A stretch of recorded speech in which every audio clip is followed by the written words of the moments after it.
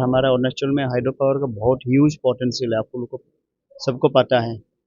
आज एक्चुअली हमारा hydro power development corporation of Arunachal Pradesh limited HPDCAPL जो गवर्नमेंट ऑफ अरुणाचल का कॉर्पोरेशन है, ये पावर सेक्टर में ये एक ही कॉर्पोरेशन है हमारा अरुणाचल गवर्नमेंट के। और इनका जो रेजिंग डे हम लोग 17th ईयर जो इसका एग्जिस्टेंस है, हम लोग आज 17 ईयर्स हो गया और इसके लिए हम लोग फाउंडेशन डे के रूप में इस बार ये मनाया है। हमारा गवर्नमेंट ऑफ इंडिया अभी जो हाइड्रो पावर जिसको पोटेंशियल हमारा अरुणाचल में हाइड्रो पावर का बहुत ह्यूज पोटेंशियल है, आप लोगों को सबको पता है। तो देश में हाईएस्ट पोटेंशियल है हमारा यहाँ में, यानी कि more than 45% of the total जो hydro potential of the country हमारा पास में है। तो इसको हार्नेस करने के लिए हमको स्किल्ड मैन पावर का बहुत ह्यूज नंबर्स में ज़रूरी है। तो इसके लिए government of India specially ministry of new and renewable energy, तो उन्होंने एक स्कीम लॉन्च किया है थ्रू IIT रुड़की कि हमारा मैन पावर जो ट्रेनिंग जिसका नाम है Jal Urja Mitra, that means the friend of hydro power. तो इसका स्कीम फर्स्ट उन लोग लॉन्च किया, तो हम लोग का प्रिविलेज ये है कि हम लोग for the first time 30 batch को फर्स्ट बैच को हम लोगों ने सक्सेसफुली ट्रेन करने में सफलता रहा। और मैं जो आज हमारा कमिश्नर साहब ने आके इनको सर्टिफिकेट दे दिया है, तो ये बहुत बड़ा हमारे लिए एक अचीवमेंट है, क्योंकि हमारा पास 13 नंबर्स आई मीन 30 बच्चे हैं जो अनएम्प्लॉयड हैं, most of them they are engineers. तो इनको हम लोग यहाँ में ट्रेन करके रेडीमेड कमोडिटी के रूप में, रेडीमेड प्रोडक्ट के रूप में हम लोग अभी रखा हुआ है। और वो उन लोग का भी एक प्रिविलेज का बात है, एक मतलब क्लास ग्रुप है उन लोग जो trend man power for hydro power development. तो इसका आज जल ऊर्जा मित्र का फर्स्ट बैच ऑफ 13 नंबर्स हम लोगों ने आज सर्टिफिकेट दिया है। एंड सब्सिक्वेंट बैचेस एज हमारा कमिश्नर साहब ने भी बोला है कि हम लोग आगे और 2-3 बैचेस और सिमल्टेनियसली चलाने का भी इसका कोशिश करूंगा। आप लोगों के जरिए से मैं ये बोलना चाहूँगा कि as and when there is advertisement for this training, जितना भी अनएम्प्लॉयड है, क्लास 12 साइंस पास करके जो भी बैठे हैं इंजीनियर्स, जो जितना भी IITians सब मिल के ये ट्रेनिंग को लेना चाहिए, जो आगे वाला एम्प्लॉयमेंट इशू को हम लोग इसी के जरिए टू सम एक्सटेंट सेटल करने का कोशिश करें। अरुणाचल प्रदेश गवर्नमेंट ने रिसेंटली जो MOU साइन किया सेंट्रल गवर्नमेंट के साथ हुई, आपका ये बहुत बड़ा 13 हाइड्रो पावर प्रोजेक्ट है, उसका अभी कुछ अपडेट? तो अभी ये जो लास्ट अगस्त मंथ में जो हमारा सेंट्रल PSU के साथ जो एग्रीमेंट हुए हैं, MOU साइन हुआ है, तो अभी जितना भी प्रोजेक्ट्स है हम लोगों ने 2005 से जितना भी प्रोजेक्ट्स प्राइवेट डेवलपर्स को जो अलॉट किया था, तो मोर देन 10 ईयर्स में भी उन लोगों ने कुछ आगे नहीं बढ़ पाया। उसको लेते हुए government of India, government of Arunachal दोनों ने ये डिसाइड किया कि हमारा जो हाइड्रो पावर पोटेंशियल को हार्नेस कैसे करें।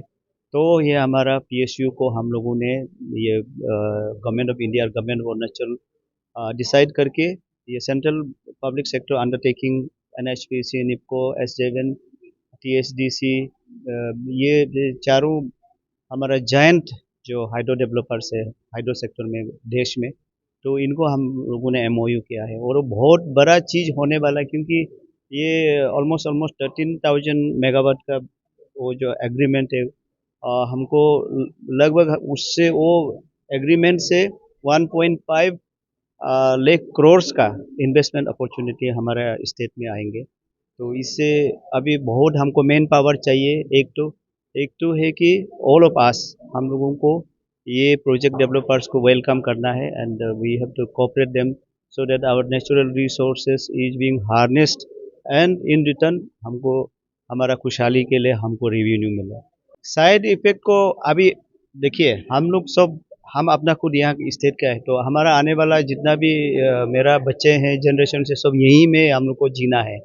तो हम लोग इसको हमारा स्टडी जो इनिशियल स्टडी जो होता है प्रोजेक्ट का, वो हम लोग बहुत ध्यान में रखते हुए करता है कि दुनिया का जो सस्टेनेबिलिटी नॉर्म्स को हम लोग रख के, यहाँ भी बिना सस्टेनेबल जो अप्रोच करते हुए हम लोग भी प्रोजेक्ट बनाने में हम भी इनकरेज नहीं करते। तो साइड इफेक्ट को कॉस्ट बेनिफिट एनालिसिस करके ही हम लोग ये प्रोजेक्ट को आगे बढ़ाता है। तो इसमें हमारा इन्वायरमेंटली जो कंफर्टेबल होना है, और हमारा जो वहाँ के ड्वेलर्स, लोकल ड्वेलर्स का भी, लोकल पॉपुलेशन का भी कंफर्टेबल होना है। सारा हम लोग फैक्टर्स को स्टडी करके ही बाद में जो फाइनेंशियल क्लोजर जो भी देता है, इसका क्लियरेंसेस देता है। तो इसमें हम लोग साइड इफेक्ट को अभी स्टडी में, that is part of our DPR only, तो उसमें पार्ट अगर तब हमारा क्या होता है कि जब डीपीआर की फाइनल होने के नाते होते समय ही हम लोग पब्लिक हियरिंग करते हैं। पब्लिक का भी कुछ इश्यूज है, उसको हम लोग एक दूसरे को सलाह मशवरा करके ये म्यूचुअली हम लोग करते हैं। जो जितना भी प्रोजेक्ट इफेक्टेड है और जो डेवलपर्स है, सब मिल के ही करते हैं। तो ये साइड इफेक्ट को हम लोग नज़रअंदाज कभी भी नहीं करता है। मतलब वी हैव ह्यूज, जो बहुत ही टेक्निकल एक्सपर्ट्स होता है अपना अपना फील्ड में, जो इसको इन्वेस्टिगेट करके ही प्रोजेक्ट को हम लोग लाते हैं। Sir, adding to this question, जैसे कि ये जो प्रोजेक्ट है बहुत बड़ा है, ये मेगा प्रोजेक्ट है। कहीं ना कहीं ऐसा नहीं लगता कि ये जो प्रोजेक्ट हमारे जो अरुणाचल प्रदेश के जितने भी यंग यंग हिलियन माउंटेन ये एरिया है, कहीं ना कहीं अरुणाचल प्रदेश को बोल के या नॉर्थ ईस्ट को भी कहीं ना कहीं ये जो आपका प्रोजेक्ट का द्वारा इसके चलते कहीं ना कहीं जो हिली एंड माउंटेन एरिया को इफेक्ट नेचुरल के ऊपर हार्मफुल तो नहीं रहेंगे, तो इसके बारे में आपको कुछ अभी यही मैं पहला वाला सवाल में यही मैं बात किया है कि हम लोग जो भी हार्मफुल, जो आने वाला दिनों में अगर ये इफेक्ट होने जा रहा है, हमारा स्टडी में पाया जाता है, तो initially I think will take corrective measures की कितना अगर आता है तो कितना हो सकता है, उसका एक हम लोग क्वांटिफाई करके ही प्रोजेक्ट को आगे बढ़ाते हैं। क्योंकि प्रोजेक्ट डेवलपर्स भी ऐसे ये पैसा अपना मन मर्जी से इन्वेस्टमेंट तो नहीं करेगा, वो प्रॉपर स्टडी करके ही बनाता है। तो जो भी साइड इफेक्ट्स होने जा रहा है, that is part of our study. और स्टडी में हमारा स्टडी में अगर कुछ इनपुट्स हमारा सोशल साइड से भी सोशल एक्टिविस्ट है, और हमारा जो कम्युनिटी बेस्ड ऑर्गेनाइजेशन है, सारा मिल के ही आगे जाएगा। जब भी बड़ा प्रोजेक्ट बनने जाता, हालांकि स्मॉल प्रोजेक्ट्स में तो हम लोग अपना ज़्यादा हम लोग का कंसिडरेशन हम लोग खुद कंसीडर करते हैं। जब भी ये मेगा प्रोजेक्ट बनने जा रहा है, तो ऑल पैरामीटर्स जो हर एक का रेस्पेक्ट को हम लोग वो जो आगे लेते हुए ही, इनपुट्स लेते हुए ही वो बनाता है।